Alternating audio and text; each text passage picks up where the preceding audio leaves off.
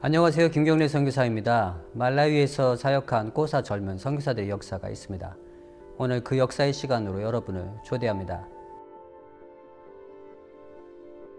러브데일 선교기지는 스코틀랜드 글라스고우 선교회에서 1820년 이스턴 케이프 추미 지역에 세운 선교기지입니다. 1841년 선교기지 안에 세워진 러브데일 고등학교는 선교사와 유럽인의 자녀들 그리고 꼬사 학생들을 교육했던 다인종 학교였습니다. 남아공 기독교 역사안에 큰 발자취를 남겼던 티오소가 목사도 러브데일 학생이었습니다.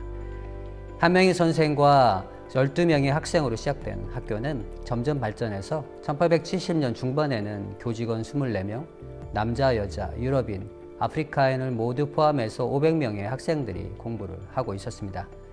공부 과목도 다양해져서 신학, 논리학, 윤리철학, 정치경제와 최신 기술이라 할 수 있는 목수, 인쇄기술, 마차 제작 기술, 다양한 과목을 가르쳤습니다. 1872년 러브데일 정기 간행문을 보면 그들의 목적이 분명히 명시되어져 있습니다. 첫째, 하나님의 일을 감당할 영적, 지적인 소양이 준비된 젊은 목회자를 배출한다. 둘째, 아프리카인 학교를 위한 선생님을 배출한다. 셋째, 인쇄, 마차 제작, 제철, 책 가공, 농업 그리고 전신 기술자를 배출한다. 넷째, 분명한 목적이 아직 서지 않은 학생들을 위한 일반적 교육을 한다. 러브데일 고등학교는 전인적인 하나님의 사람을 배출하는 곳이었습니다. 1841년엔 러브데일 선교기지 안에 학교가 세워진 해이기도 하지만 데이비드 리빙스턴이 선교사로 남아공에 들어온 해이기도 합니다. 데이비드 리빙스턴의 아프리카 탐험 사역은 많은 영국 젊은이들에게 아프리카 선교로 도전합니다. 그들 중에는 제임스 스튜어트 선교사가 있었습니다. 그는 일찍이 남부 아프리카 말라위 지역 선교에 관심이 많이 있었습니다. 그가 리빙스턴의 잠비지강 사역에 1862년과 63년 동참하기도 했습니다. 하지만 제임스 스튜어트 선교사는 다음 해인 1864년 러브데일에서 사역을 시작합니다. 1867년 그는 교장이 되어 러브데일 학교의 절정기를 만들어갑니다. 1874년 5월 1일 데이비드 리빙스턴 선교사가 순교합니다. 스코틀랜드 자유교회는 그를 기념해서 현 말라위 호수에 데이비드 리빙스턴의 이름을 딴 리빙스토니아 선교기지 사역을 시작합니다. 가장 적임자는 제임스 스튜어트 선교사였지만 그는 러브데일 사역으로 첫 번째 팀에 합류하지 못합니다. 첫 번째 팀 리더였던 로버트 로우스는 1876년 스튜어트 선교사에게 편지를 보냅니다. 러브데일의 선경교사와 일꾼들을 위한 아주 멋진 사역의 현장이 준비되어 있습니다. 가까운 시일에 그들을 맞이할 준비를 마칠 것입니다. 스튜어트 선교사는 러브데일 학생들에게 새로운 선교지 소식을 나누며 선교 자원자를 모집합니다. 러브데일 학생들 중 최고의 성적을 올리고 있었던 14명의 꼬사 학생들이 새로운 선교를 위해서 헌신합니다. 하지만 이제 곧 목사 안수를 앞두고 있는 시니어 그룹은 남아공 사역을 위해서 제의시키고 중간 그룹의 학생들 중 4명을 선발합니다. 그들은 윌리엄 꼬이, 사드라츠 음꾸나나, 아이삭 와우초페, 마파샤 은틴틸리입니다. 선발은 남아공 선교 정책에 맞추어 이루어졌습니다. 음구나나와 와우초페는 교사로 선발되었으며 꼬이와 은틴틸리는 기술자로 선발되었습니다. 말라위 선교를 위한 2차 선교팀은 선교지인 남아공 이스턴 케이프 러브데일 선교기지에서 조직되었습니다. 선교팀은 리더의 제임스 스튜어트 선교사를 포함한 6명의 스코틀랜드 선교사들과 4명의 꼬사 선교사들로 이루어져 있었습니다. 4명의 꼬사 선교사들의 사역은 그리 쉽지는 않았습니다. 와우초페는 말라위로 가던 중 심각한 열병과 환각 증세로 러브데일로 돌아와만 했습니다. 남은 꼬사 선교사 3명은 주로 은거니 부족을 중심으로 사역을 합니다. 은거니 부족은 남아공 나탈 지역의 줄루족의 한 분파였습니다. 그들은 샤카 줄루가 줄루 왕국을 확장할 때 전쟁을 피해서 북쪽으로 이동한 부족이었습니다. 그들의 언어는 꼬사어와 아주 흡사해서 3명의 꼬사 선교사들의 사역은 큰 열매를 맺을 수 있었습니다. 하지만 은구나나는 9개월간 교사로서 헌신적 사역을 하던 중 열병으로 순교합니다. 꼬이와 은티틸리는 4년간 일기 사역을 마치고 귀국합니다.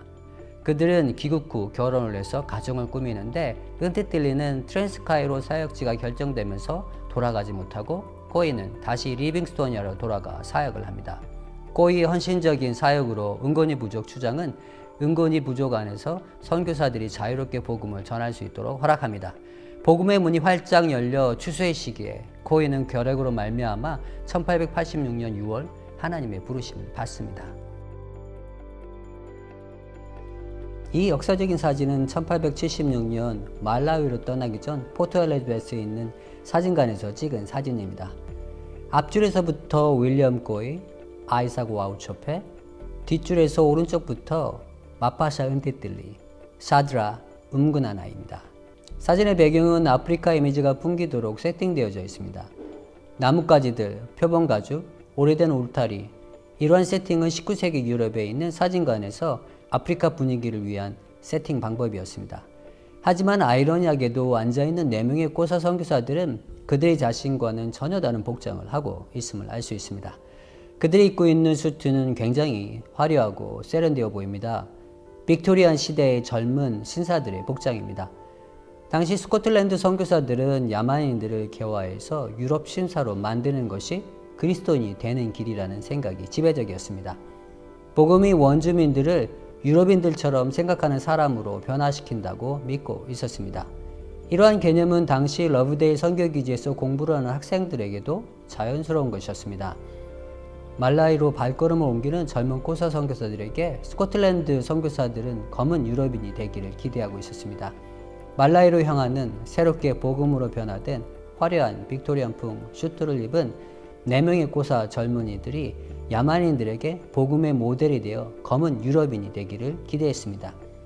4명의 꼬사 선교사 중 가장 나이가 어렸던 와우초페는 선교팀을 태운 작은 배가 돌이 많은 땅에 닿으려 할 때 자신을 희생해서 물로 뛰어들어 배가 안전한 땅에 닿도록 도와주었습니다. 제임스 스튜어트 선교사는 와우초페를 향해서 그런 일은 허드렛 일을 하는 원주민에게 하게 두라고 꾸짖습니다. 또 다른 역사적인 사진이 한 장 더 있습니다. 이 사진은 은곤이 부족 전사들과 꼬사 선교사 윌리엄 코이 그리고 리빙스토니아 선교기지 책임자였던 로버트 로울스가 함께하고 있습니다. 이 사진은 리빙스토니아의 새로운 선교 지역인 바따웬 선교기지를 시작하면서 촬영한 사진입니다. 새 선교기지를 방문한 은곤이 전사들 사이에 로버트 로울스 선교사는 긴장된 표정을 하고 마치 아픈 사람처럼 앉아 있는 것을 쉽게 알아차릴 수 있습니다. 우리가 주의 깊게 보아야 할 부분은 고이 선교사입니다. 그는 이 사진의 화려한 빅토리안풍 옷을 입고 있지 않습니다. 오래된 헐렁한 옷을 입고 은곤이 전사들과 구분이 잘 되지 않을 정도의 옷차림을 하고 있음을 알 수 있습니다. 선교사로서 고이는 은곤이 부족의 삶에 깊이 들어가려고 시도하였습니다.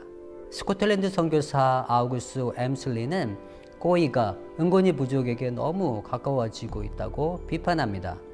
은곤이 부족과 친밀한 관계는 위험합니다. 고이는 저희에게 헤아릴 수 없이 필요한 존재입니다. 은곤이 사람들은 마땅히 존경해야 될 고이를 존중하지 않습니다. 이는 은곤이 사람들이 저급한 상태에 있기 때문입니다. 진정한 존경은 화려한 외형이나 개발된 문명의 동경에서 나오는 것이 아닙니다. 복음이 문명화된 모습으로 드러난다는 착각을 가지고 있었던 서구 선교사의 눈에는 복음이 고이 삶에서 생명의 에너지로 폭발하고 있는 모습, 예수 그리스도의 모습이 드러나고 있는 것을 알아차리지 못했습니다. 고이는 은곤이 부족과 친밀한 인격적 관계를 꾸준히 가졌기 때문에 은곤이 부족은 두려운 존재가 아니었습니다. 그들은 복음이 필요했던 사람임을 잘 알고 있었습니다. 비록 서구 계몽주의의 껍질에 갇혀 있었던 복음이라 할지라도 복음은 생명력에 있어서 어떠한 조건에도 열매를 맺습니다. 스코틀랜드 선교사들은 자신들의 문화에 갇혀 있었지만 그들이 전한 예수 그리스도의 생명력은 4명의 꼬사 선교사들을 검은 유럽인이 아닌 아프리카 기독교인으로 바꾸어 놓았습니다. 꼬사 선교사 고이는 은곤이 부족에게 음트사네라는 새로운 이름을 넣습니다. 음트사네의 의미는 다리를 놓는 사람, 중간에 서 있는 사람, 평화를 만드는 사람, 피스메이커라는 뜻입니다. 고이는 그들과 같은 언어를 사용했고 그들의 문화를 이해했고 1시간 이상 그들과 잡담할 수 있었던 아프리카 기독교인이었습니다. 우월감, 존중받으려는 마음, 관리자, 조종자가 아닌 친구 기독교인이었습니다. 고이가 죽고 난 후 은곤이 부족은 아구스 엠슬리 선교사에게 질문합니다. 고이를 대신할 음테텔렐리가 누구입니까? 은고니 말로 음테텔레니는 통역자입니다. 하지만 더 깊은 의미에서 중보자, 변호자를 의미합니다. 고사 성경에서 보혜사 성령님을 번역하는 말이기도 합니다. 선교적 사명을 가지고 살아가는 우리는 하나님 나라와 세상 사이에 다리를 놓는 사람으로 부르심을 받았습니다. 피스메이커로 부르심을 받았습니다. 우월감, 존중받으려는 마음, 관리자, 조종자의 자에서 내려올 때 복음은 진정한 힘을 발휘합니다. 전 삶의 주인이 예수님이 될 때 하나님의 행하시는 선교는 우리의 사역 안으로 들어옵니다. 지금도 세상은 통역자를 찾고 있습니다. 더 자세히 말하면 중보자이신 성령님을 보기를 원합니다. 우리가 친구 기독교인이 될 때 성령님은 우리의 삶을 통해서 진정한 중보자로 드러납니다.